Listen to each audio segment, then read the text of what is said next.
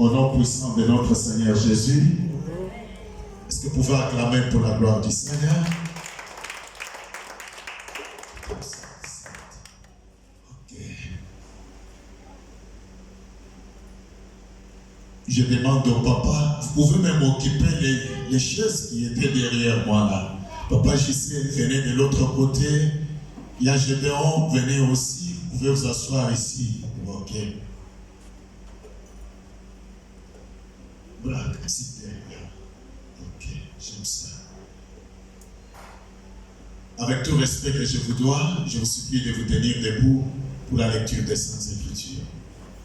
Tenons-nous debout, s'il vous plaît. Cet après-midi, nous allons lire 1 Corinthiens, chapitre 12e. On va commencer à partir du 12e verset. Nous allons descendre. Je vais sauter d'autres versets. Nous allons ajouter Jean chapitre 13e, les 34e versets jusqu'au 35e verset. J'ai dit 1 Corinthiens 12. À partir du 12e verset, écoutez la lecture. Car, comme le corps est un et a plusieurs membres, et comme tous les membres du corps, malgré leur nombre, ne forment qu'un seul corps, ainsi en est-il de Christ. C'est-à-dire Christ est unique, mais il a plusieurs membres. Nous avons tous en effet été baptisés dans un seul esprit pour former un seul corps, soit juif, soit grec, soit esclave, soit libre, et nous avons tous été abreuvés d'un seul esprit. Ainsi le corps n'est pas un seul membre, mais il est formé de plusieurs membres. Si les pieds disaient, parce que je ne suis pas une main, je ne suis pas du corps, ne sera-t-il pas du corps pour cela? Et si l'oreille disait, parce que je ne suis pas un œil, je ne suis pas du corps, ne sera-t-il pas du corps pour cela? Si tous les corps étaient œil, où serait lui? S'il était tout oui, où serait l'odorat? Maintenant, Dieu a placé chacun des membres dans les corps comme il a voulu. Si tout était un seul membre, où serait-il les corps? Maintenant donc, il y a plusieurs membres et un seul corps. L'œil ne peut pas dire à la main, je n'ai pas besoin de toi, ni la tête dire aux pieds, je n'ai pas besoin de vous. Mais bien plutôt, les membres du corps qui paraissent être les plus faibles sont nécessaires. Et c'est que nous estimons être les moins honorables du corps. Nous les entourons d'un plus grand honneur. Ainsi nos membres les moins honnêtes reçoivent le plus d'honneur. Tandis que ceux qui sont honnêtes n'en ont pas besoin. Dieu a disposé les corps de manière à donner plus d'honneur à ceux qui en manquent, afin qu'il y ait des divisions dans les corps, mais que les membres aient également soin les uns des autres. Et si un membre souffre, tous les membres souffrent avec lui. Si un membre est honoré, tous les membres se réjouissent avec lui. Nous lisons Jean, chapitre 13e, le 34e verset, 13, 34 à 35. C'est une recommandation du Seigneur. Je vous donne un commandement nouveau. Aimez-vous les uns les autres, comme je vous ai aimé, vous aussi. Aimez-vous les uns les autres. À ceci, tous connaîtront que vous êtes mes disciples. Si vous avez de l'amour les uns pour les autres, que Dieu bénisse sa parole. Amen. Nous bénissons le Seigneur pour cette rencontre de ce dimanche 11 décembre 2022. Je sais que nous tendons petit à petit vers la fin de l'année. J'aime vous dire quelque chose. La Bible dit, vaut mieux la fin d'une chose que son commencement. Peut-être si tu as commencé l'année, tu as échoué tous les 11 mois passés. Mais la fin d'une chose vaut mieux que son commencement. À la fin ici, Dieu peut faire quelque chose d'inattendu. Peut-être que tu ne pensais pas que tu pouvais le vivre. Alors sois attentif. Quand vous venez à l'église, soyez concentrés. Sentez que vous êtes dans la présence du Seigneur. J'ai vu dans des stades les gens pleurer quand ils ont été déçus leur équipe qui a été malmenée. Mais vous êtes venus devant de Dieu qui peut changer votre vie. Alors ayez confiance en lui et croyez que vous ne sortirez pas cette porte telle que vous étiez venus. Amen. Nous parlons sur la gloire de Dieu. Et j'ai beaucoup parlé des choses. Je ne vais pas y revenir pour gagner du temps. Et depuis la semaine passée, j'avais dit, il n'y a pas la gloire de Dieu si Christ n'est pas au centre de toutes choses. Je vous avais dit, quand on parle de la gloire de Dieu, représentez-vous la puissance de Dieu, la grandeur de Dieu, le miracle de Dieu, le prodige et ses signes dans votre vie. C'est-à-dire, si on parle de la gloire de Dieu, vous voyez la puissance de Dieu, le miracle de Dieu dans votre vie, les signes et les prodiges que Dieu peut faire dans votre vie. Quand on dit que la gloire de Dieu soit sur toi, c'est-à-dire que la puissance de Dieu se manifeste dans ta vie, que les signes et les miracles soient ton partage. Et j'avais dit, si Christ n'est pas au milieu de toutes choses, tout ce que nous sommes en train de faire, si Christ n'est pas au milieu, la gloire de Dieu ne peut pas descendre. La gloire de Dieu descend quand Christ est au milieu de toutes choses. Dans le mariage où Christ est mis à l'égard, dans les commerces, dans une église, dans des projets où Christ n'est pas au milieu, malgré les exploits qu'on peut faire aujourd'hui, mais attendons-nous à l'échec parce que Christ n'est pas au milieu. Est-ce qu'on peut dire Amen? Amen. Est-ce qu'on peut dire Amen? Amen. Est-ce qu'on peut acclamer pour la gloire du Seigneur?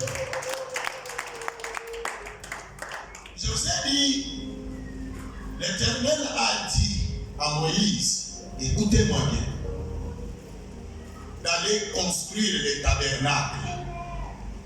Pourquoi le tabernacle? Parce que l'Éternel voulait habiter parmi son peuple, au milieu d'eux. Je vous ai dit, beaucoup de gens pouvaient dire, mais comment Dieu peut dire aux enfants d'Israël de lui bâtir un tabernacle? Par contre, l'Éternel était avec les enfants d'Israël, marchant avec eux de l'Égypte jusqu'à là où ils étaient. Marcher avec son peuple est différent de rester avec son peuple. Est-ce qu'on peut dire Amen? Parce que quand on parle du tabernacle, on parle de l'Éternel Dieu au milieu de son peuple. Dieu qui est assis avec eux. Dieu qui voit comment il mange, comment il s'habille, comment il travaille, comment il vit. Dieu voulait habiter au milieu d'eux. Et je vous avais dit, depuis le dimanche passé, la construction du tabernacle. La Bible dit, les enfants d'Israël étaient au nombre de 12 tribus.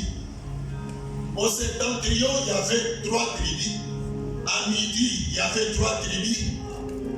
À l'Occident, 3 tribus. Et à l'Orient, 3 tribus.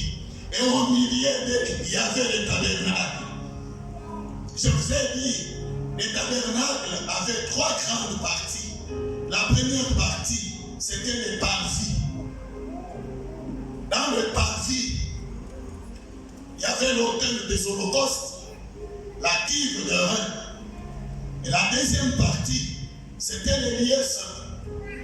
Dans le lieu saint, écoutez-moi bien, il y avait les chandeliers d'orpie, il y avait l'autel des parfums et la table des pains de proposition. Et à la troisième partie, au milieu, dans les lieux très saints, il y avait l'arche de l'alliance de Dieu. Est-ce qu'on peut dire ensemble l'arche de l'alliance de Dieu? L'arche de l'alliance de Dieu. L'arche de l'alliance de Dieu. L'arche de l'alliance de Dieu. On acclame pour la gloire du Seigneur. C'est-à-dire, au milieu de toutes choses, se trouvait l'arche. Et l'arche là était le symbole de la présence de Dieu au milieu de son peuple. Et l'arche était la préfiguration de notre Seigneur Jésus-Christ.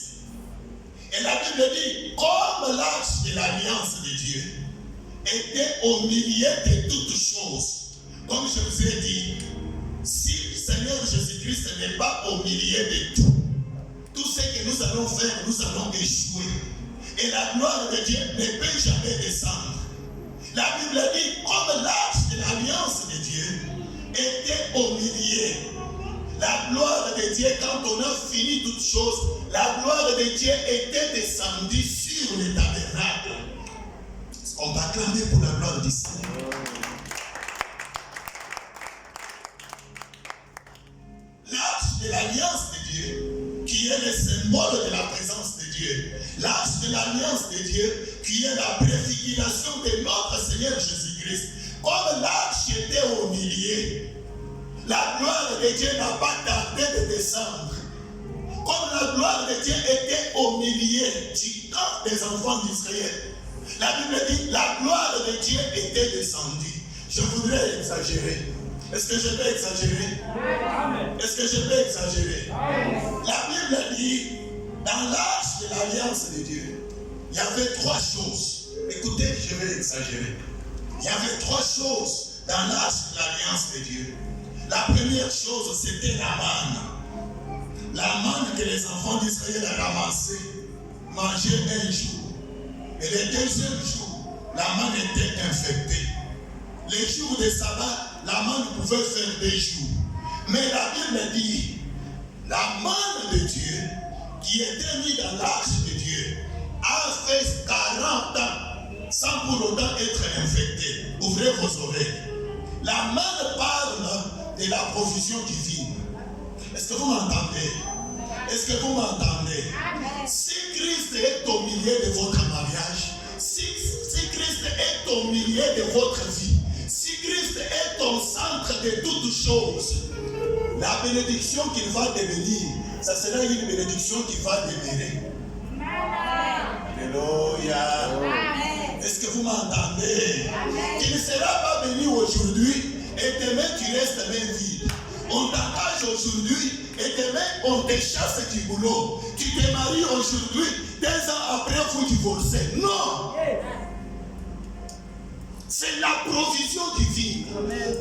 Si l'arche est au milieu de votre mariage, si Jésus est au milieu de votre vie, si Jésus est au centre de toutes choses, automatiquement la provision divine va demeurer. Les promesses de Dieu que Dieu t'a promis, les bénédictions que tu vas toucher avec le main, tu ne vas pas mourir et laisser l'argent. Tu vas en manger jusqu'à ta vieillesse. Alléluia. Parce que la provision de Dieu demeure. Parce que l'arche de l'alliance de Dieu est au milieu, est au centre de ta vie. Et la manne est là. La manne ne va plus pourrir. La manne va aller jusqu'à 50 ans, à 100 ans, même jusqu'à ce que Christ viendra pour prendre l'église. Est-ce que vous m'avez compris? Est-ce que vous m'avez compris? Est-ce que vous comprenez la provision divine? Quand Christ est au milieu, il y a la manne qui ne va pas périr, la manne qui ne sera pas infectée, la provision divine, les promesses de Dieu, la bénédiction de Dieu. C'est pourquoi la Bible dit, la bénédiction qui vient de l'Éternel n'a jamais été suivie d'aucun chagrin. dis-moi si ça vient du diable. Comme c'est une bénédiction qui vient de Dieu. Parle, dis, à ceux qui te maudissent, moi j'ai mis Christ au centre de Dieu. Si Christ est au centre de tout, la manne ne va plus être infectée. La bénédiction que vous voyez, les véhicules que vous voyez, les travail que vous voyez, c'est la manne de Dieu.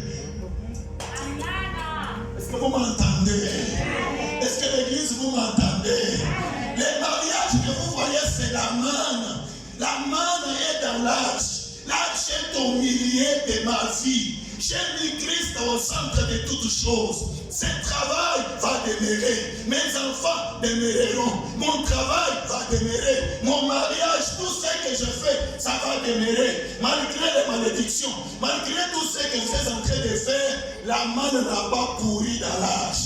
Et l'arche de Dieu est comme chez Obed-Edom. Est-ce que vous m'entendez? Est-ce que vous m'entendez?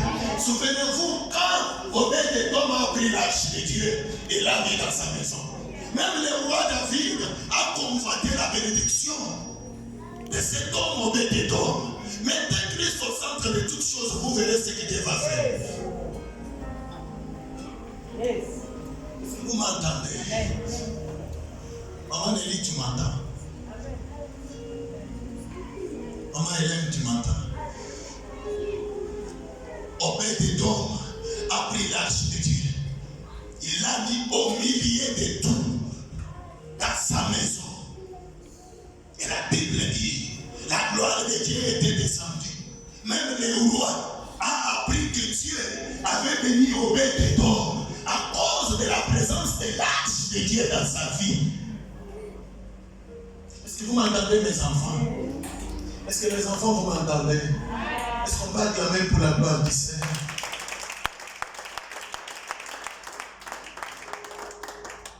Comme je vous ai dit, j'exagère avant que j'avance. Dans l'arche de Dieu, il y avait la verge. La verge d'Aaron qui était sec. Mais les gens ont vu cette verge-là. Écoutez, ouvrez vos oreilles. On a vu cette verge-là qui était sec. Donner des fruits, c'est rajeunir. Donner des fleurs, donner encore des fruits. Et l'Éternel a dit à son serviteur Moïse, prenez cette verge qui a flétri, qui a donné des fruits, mettez-les dans l'arche de l'alliance, ça sera un signe de témoignage. C'est pour tous ceux qui mettent l'arche de Dieu dans leur vie, même si leur vie est sec. Oh, est-ce que l'église m'entend? Même si leur vie est sec, tu as été maudit. Tout le monde, quand il te regarde, il ne te donne pas la chance. Ce n'est pas un problème. Aujourd'hui, vous pouvez me voir sec. Mais comme je suis dans l'arche, comme l'arche, je l'ai mis au milieu de ma maison. Je ne sais pas si vous comprenez ce que je prêche. Je ne sais pas si vous comprenez, mes enfants. Comme l'arche, je l'ai mis au milieu de ma maison. Même si cette église est sec, mais comme si l'arche est au milieu de nous, l'église va flétrir. Les gens viendront parce que l'arche est là. Dis-moi s'il n'y a pas l'arche, comme l'arche est là, les gens viendront. Ce n'est pas l'arche qui va chercher les gens, mais la présence de l'arche. Quand nous apprendrons qu'il y a l'arche ici, même ceux-là qui nous suivent, même au niveau de Facebook, ils écoutent, ils sont en train de se dire qu'il y a l'arche ici.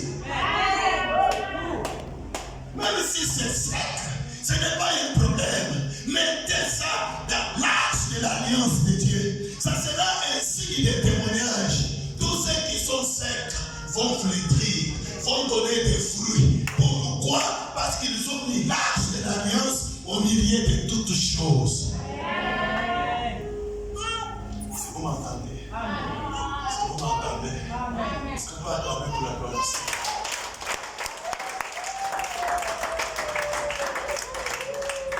C'est-à-dire, la personne qui a l'arche de Dieu au milieu de sa vie, ce n'est pas quelqu'un qu'on peut intimider. Vous écoutez ça? Amen. Que personne ne t'intimide. si tu as l'arche de l'alliance de Dieu, ce que toi tu feras, c'est plus que ce qu'il a fait. Est-ce que vous m'écoutez? La personne qui a l'arche de Dieu n'envie personne. Il est sûr de lui-même. Il dit, dans l'arche de l'alliance, il y a la manne. Même si tout le monde a échoué, moi je n'échouerai pas. La bénédiction que Dieu m'a promis, la bénédiction va s'accomplir. Et c'est une bénédiction qui va demeurer jusqu'à ma vieillesse. Pourquoi? Parce que l'arche de l'alliance est là. Si vous m'entendez, est-ce que l'église m'entend? Est-ce que l'église peut acclamer pour la gloire du Seigneur? Même si tu as échoué depuis le début de l'année, à la fin ici, la lumière va apparaître. Amen. La lumière va apparaître. Et beaucoup de gens vont commencer à te craindre. Les gens vont changer même leur langage et leur façon de te saluer.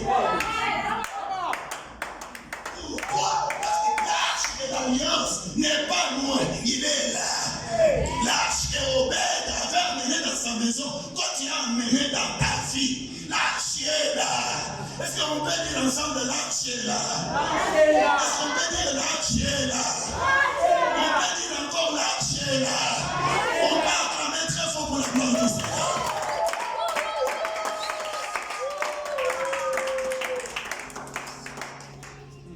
Dans l'arche de l'alliance de Dieu, la dernière chose, il y avait des tables de pierre sur la terre.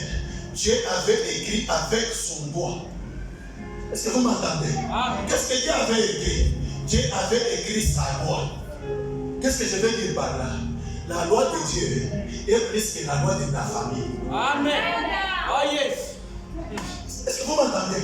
Même si on vous dit dans votre famille ici, personne ne peut pas faire ceci. Personne ne peut pas faire ça ne me dit rien. L'arche est dans la maison. Dans l'arche, il y a des tables de pierre et de loi. La loi de Dieu est plus que vos lois là. Vos lois ne seront rien. Parce que l'arche est là. Est-ce qu'on peut dire ensemble l'arche est là? On peut dire ensemble l'arche est là. On peut dire encore ensemble l'arche est là. On acclame pour l'arche de l'alliance. La loi de Dieu est plus grande que les lois de ma famille. Moi, j'ai amené la loi de Dieu dans ma vie. C'est pourquoi Obed Edom n'avait pas de crainte. Il n'était même pas un Israélite. Mais il a dit, comme j'ai amené l'arche dans ma maison, la loi de Dieu est plus que la loi de la famille. La loi de Dieu est plus que la loi même de l'Afrique d'ici.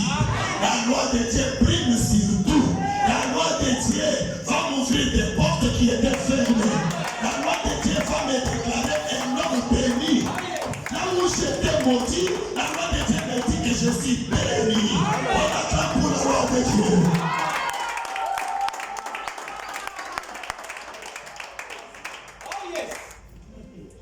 Je ferme les parenthèses. Quand la gloire de Dieu descendait, comme tout était bien établi, selon le modèle que l'Éternel avait dit à Moïse de faire. Maman Denis, pourquoi tu ne m'as pas cherché de lui? Écoutez, la gloire de Dieu descendait. Et les premiers bénéficiaires de la gloire de Dieu, c'était les serviteurs de Dieu qui travaillaient au temple, qui travaillaient aussi dans le parvis, qui travaillaient aussi dans le lieu saint. C'était eux les premiers bénéficiaires de la gloire de Dieu. Et la semaine passée, je vous ai dit, dans une bonne église qui veut garder le miracle de Dieu, la puissance de Dieu, les signes et les prodiges, les serviteurs de Dieu doivent marcher selon la parole de Dieu. Leur comportement, leur langage, leur témoignage, les façons qu'ils parlent, leur façon de se comporter doit être conforme à la parole de Dieu. C'est-à-dire, ce qu'il prêche, je ne vais pas vous prêcher autre chose et je suis en train de faire autre chose. La Bible dit, c'est l'apôtre Paul qui dit, soyez mes imitateurs comme je le suis de Christ. Vous n'êtes pas là seulement pour faire ce que je vous dis, vous devez faire aussi ce que je fais.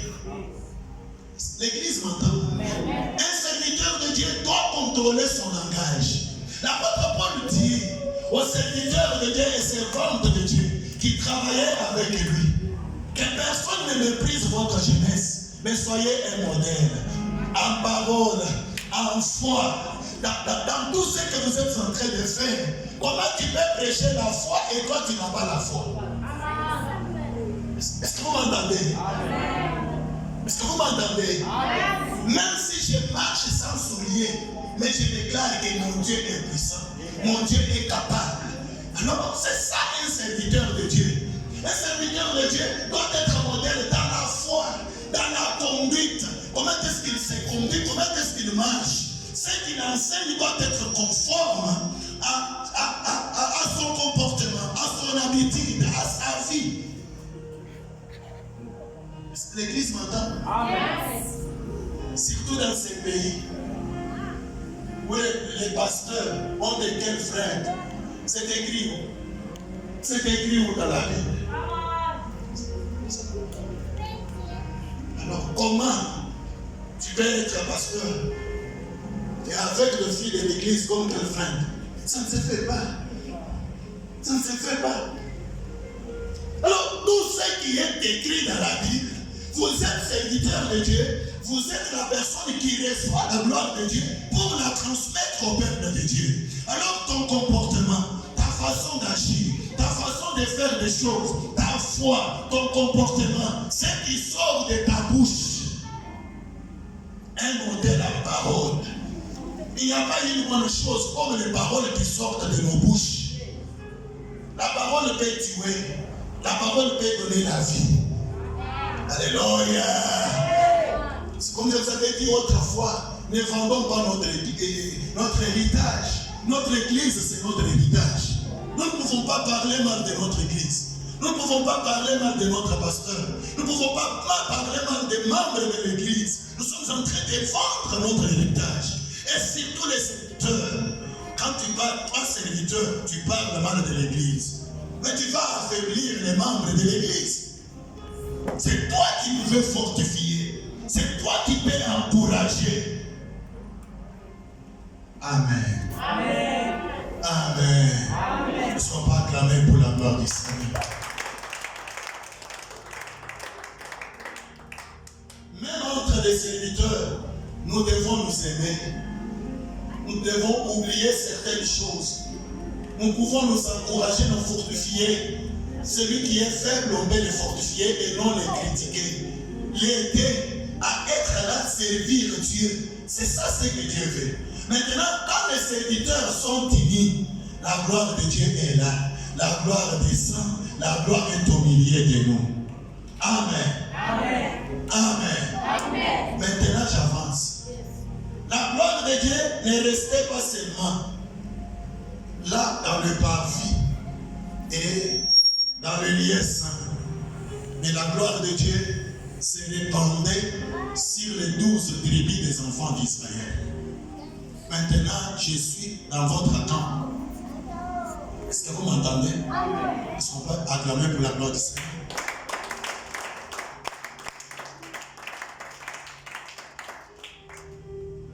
Voyez, quand on parle, écoutez-moi et ouvrez vos oreilles. Quand on parle d'Israël, Israël est un ensemble, les ensembles que nous avons étudiés en mathématiques en première, en deuxième là. Ensemble B, ensemble C, ensemble Jacob a 12 éléments.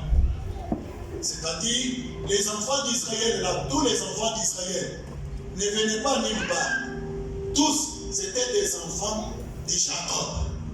Mais ils constituaient 12 tribus. Pour que la gloire de Dieu descende, les enfants d'Israël, les 12 tribus, doivent être ensemble, doivent s'unir, doivent s'aimer. Parce que chaque tribu en Israël avait un rôle à jouer. Vous m'entendez?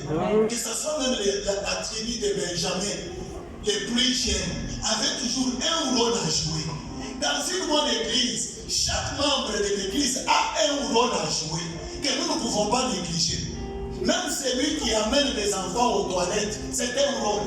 Nous devons vraiment les respecter, l'honorer sur ce travail qu'il est en train de faire. Même celui qui nettoie les toilettes a un travail à faire, a toujours quelque chose à faire. Pourquoi? Parce que son absence, les toilettes auront des problèmes, seront sales. Et s'il n'est pas là, qui va amener encore les enfants aux toilettes? C'est pourquoi nous avons lu ensemble avec vous. Christ est un, mais il a plusieurs membres. Chaque membre a un rôle à jouer.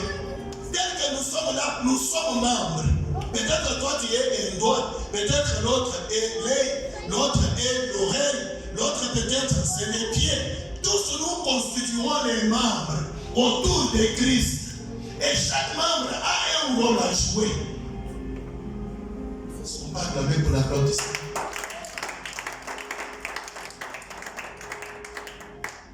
Acclame encore pour la gloire du Seigneur. Chaque membre dans une église, dans le corps de Christ, a un rôle à jouer. Tel que tu es là, tu as un rôle que tu dois jouer à l'église. À l'église, on ne vient pas seulement pour s'asseoir et regarder les autres en train de faire telle ou telle chose et toi tu es un observateur. Ça ne se fait pas. Dans la maison du Père, chaque membre a un rôle à jouer. À partir de cet enseignement, tu dois chercher un rôle que tu dois jouer à l'église. Parce que nous venons de lire, la Bible dit, l'école est un, mais il a plusieurs membres. Chaque membre a un travail à faire. Aujourd'hui, je travaille seul, sans interprète. Mais nous sommes incomplets. Qui devrait jouer ce rôle-là? Il doit être à sa place en train de faire ce travail. Parce que la Bible dit, un corps sans la main, ce n'est pas un corps. Un corps sans l'œil, ce n'est pas un corps. Et l'œil sans d'autres membres du corps, ça devient un monstre. L'œil partout, il va marcher comme un sans pied. C'est-à-dire chacun de nous a un rôle. Chacun de nous a un rôle à jouer. Et que chacun de nous connaisse le travail que Dieu l'a appelé à faire à l'église. L'église n'est pas là seulement pour les pasteurs, pour les prédicateurs, pour les chantres. Non, l'église est pour nous tous. Est-ce qu'on peut dire amen? Ma présence là m'encourage de prêcher. Si tu n'étais pas là, j'allais prêcher les chaises. Non.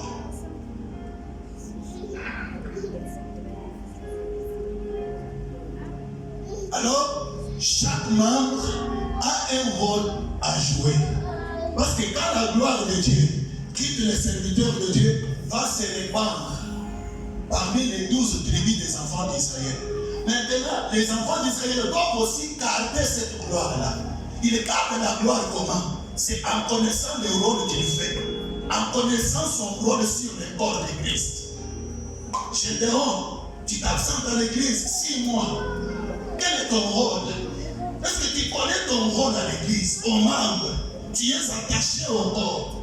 Tu as un rôle à faire. Quand tu t'absentes, tu ne fais pas bien. Tu fais éloigner la gloire de Dieu dans l'église locale. Amen. Amen. Amen. Amen. Vous voyez, je peux dire que Israël, c'est l'autel des 12 tribus, des 12 pierres. Quand vous lisez 1 Roi chapitre 18, quand l'autel était renversé, pour que le feu du ciel quitte et descende sur les sacrifices, qu'est-ce que le prophète Élie a fait? La première chose, il a restauré l'autel. Il a amené 12 pierres. Quand il a mis 12 pierres, automatiquement, la gloire de Dieu était descendue.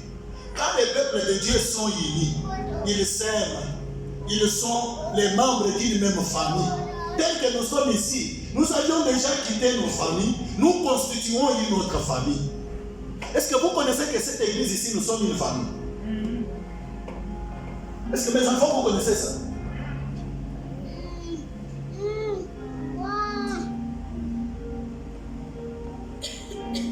Acclamons pour la gloire du Seigneur. Je vous dis que nous sommes déjà une famille et une armée. Je vais vous dire un témoignage. Un jour, j'ai quitté ici. Dès un dimanche, je suis rentré à la maison. Écoutez-moi ce témoignage ici. Je suis rentré à la maison tellement fatigué. J'arrive, je m'échange. Pendant que je m'échangeais à la chambre, j'entends quelqu'un qui tape à la porte. Du qu'on lui fasse entrer. C'est un serviteur de Dieu.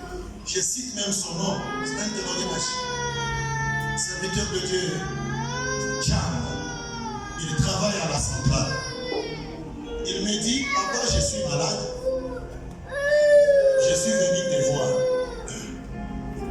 Ok. D'abord, on a prié. Et quand on a terminé à prier, il m'a dit, je suis malade. Je suis venu te voir. Il s'appelle Jean. Il travaille à la centrale. C'est un serviteur. Il me dit, cette nuit, j'ai fait un rêve. J'ai vu mon grand frère qui était décédé venir me dire, oh Tiens, viens, on va aller quelque part. Alors, il m'a fait sortir de la maison. J'ai commencé à les suivre. Je ne savais pas là où on partait. Et il me dit, pendant qu'il partait, il m'a vu. Et quand il m'a vu, alors, moi je me suis mis au devant de lui. Je lui ai dit, Tiens, tu vas où? Il me dit, oh, les grands frères est venu pour me dire que non pas. J'ai regardé son grand frère. J'ai commencé à gronder son grand frère. Je lui ai dit, qui t'a permis de venir le prendre? Il est déjà mort, c'est-à-dire il l'a mené vers la mort. Il m'a dit, papa, tu lui as grondé la nuit là. C'était un témoignage, j'ai cité son nom. Il m'a dit, papa, tu lui as grondé la nuit et tu m'as dit, allez, rentre directement à la maison. Et toi, allez, quitte ici. Et la personne là m'a obéi, il est parti.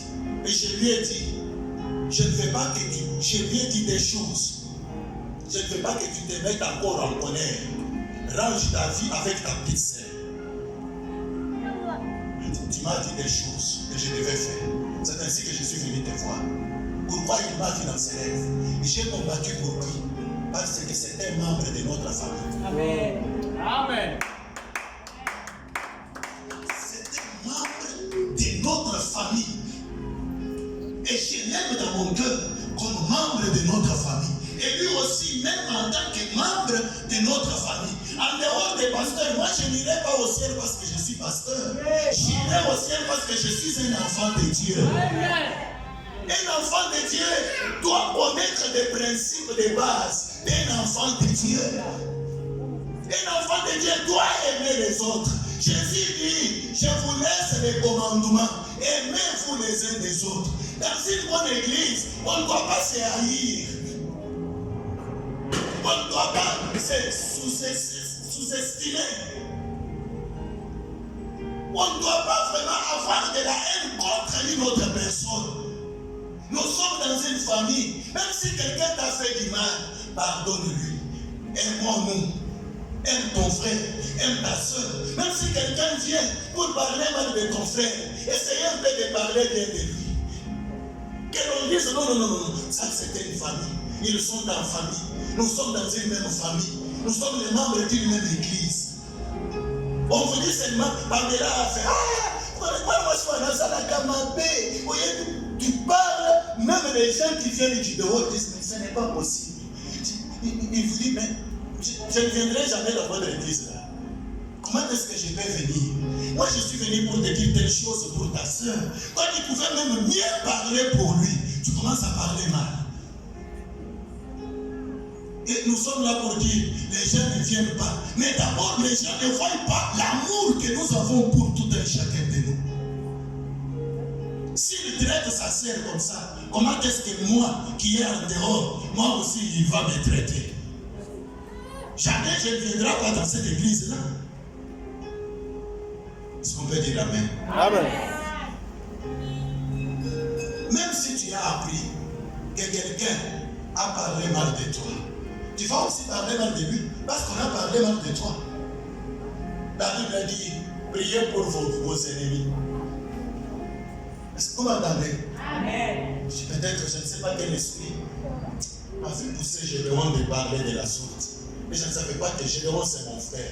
Je vous ai dit la fois passée, il y a certains malheurs qui nous arrivent dans notre vie parce que nous trahissons nos frères de sang. Toi et moi, Christ est mort pour nous. Tu es mon frère de sang.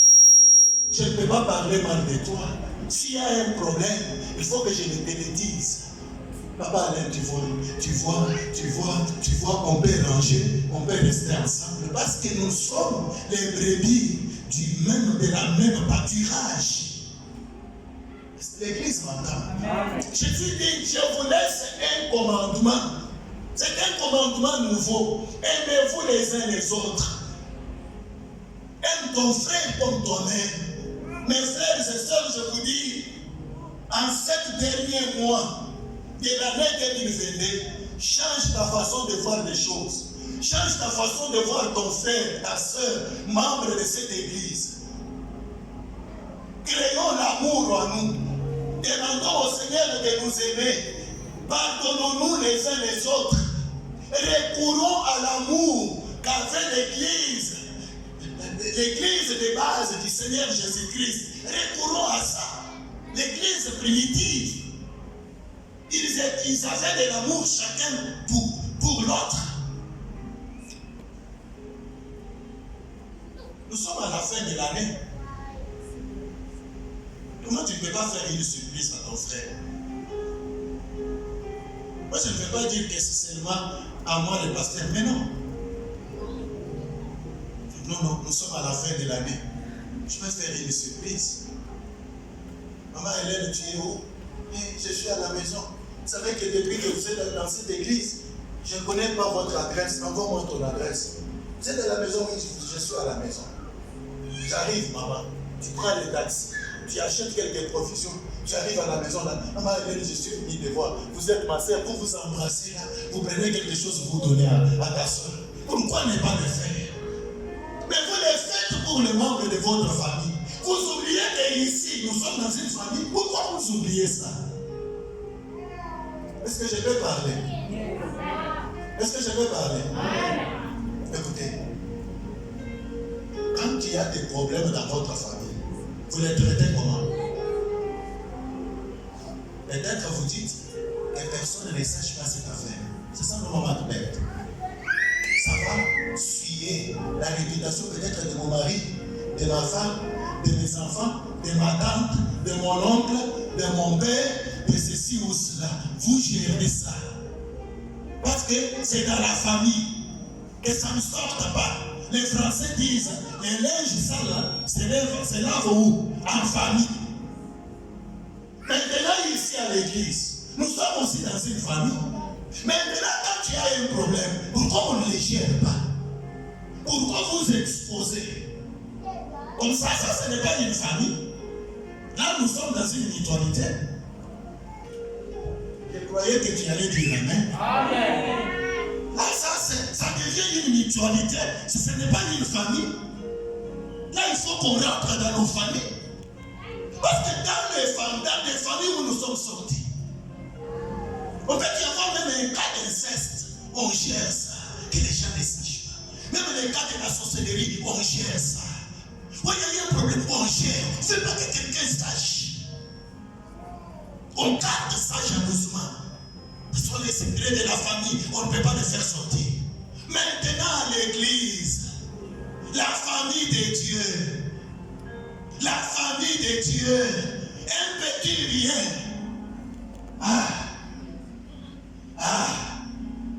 Mais tu es en train de faire du mal à ton frère de sang. C'est pourquoi le malheur ne quittera jamais ta maison. C'est pourquoi vous serez toujours malheureux, parce que tu ne connais pas ce que tu es venu faire ici à l'église.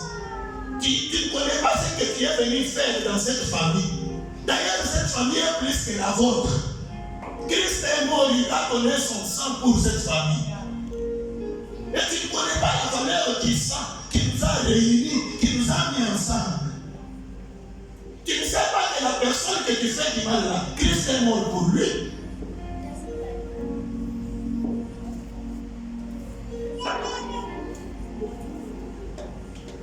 Il faut mieux la fin d'une chose que son commencement. Tu peux retourner en toi-même par ces messages et connaître la valeur de l'Église, la valeur de la famille que tu viens d'entrer. Ce n'est pas une famille comme la vôtre là, c'est plus que la vôtre. Mettez les principes de cette famille en pratique pour vivre la main de Dieu dans votre vie. Aimons-nous dans cette famille. Pardonnons-nous. Nous sommes à la fin de l'année. Tu reconnais avoir fait du mal à ton frère. Appelle-lui au téléphone. Ce que je t'avais dit là, c'était des mensonges. C'est moi qui avais dit ça. C'est moi qui avais fait ceci. Pardonne-moi. Est-ce que vous m'entendez? Amen. Est-ce que vous m'entendez? Amen. Vous savez, il n'y a pas une bonne chose comme une église bien enseignée.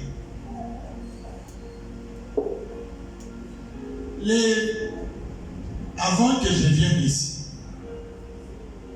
je suivais quelqu'un donner un témoignage. Il y a un pasteur, il dit, j'accepte d'avoir même une église de 2 personnes, mais les 2 personnes là qui entrent au ciel. Parce que le Seigneur me donnera ma parole.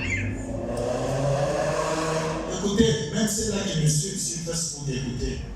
Qu'est-ce que ce pasteur-là dit dans son témoignage? Il dit, il y avait un pasteur avec une très grande église. Il prêchait beaucoup sur la sanctification, sur la sainteté, sur la crainte de Dieu. Mais dans sa maison, il y avait un phénomène qui se faisait. C'est-à-dire ses filles, ses garçons étaient malmenés par la puissance des maris de lui et des femmes de lui. Ils priaient tous les jours. Les enfants là priaient et les choses ne changeaient pas. Leur père, un grand pasteur, avec une grande église. Tout ce qui brille n'est pas de l'or. Alors, la première fille est arrivée vers sa maman pour lui demander, maman, nous sommes une famille chrétienne. Notre papa est un pasteur. Il prêche, il a du nombre de gens. Mais pourquoi nous vivons toujours ça? On se marie parce qu'ils entrent dans le mariage, ils divorcent des choses pareilles. Nous sommes malmenés par des puissances de maris de lui et des femmes de lui. Sa maman lui dit, tous les succès qu'a ton père, il a signé l'alliance avec une sirène. La multitude des gens qui viennent là, c'est les sirènes qui les envoient. Et tous les jours que vous conduisez les véhicules, tout ce que vous êtes en train de vivre, même s'il prêche sur la sanctification, mais ce qu'il fait en coulisses.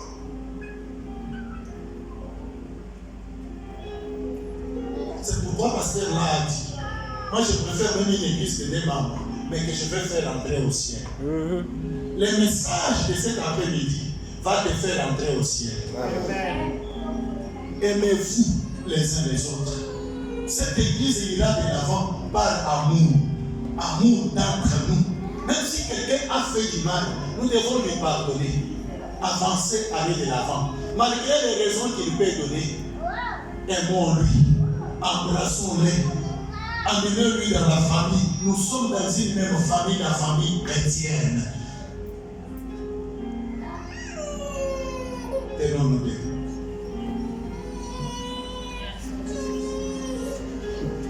Nous nous tenons debout.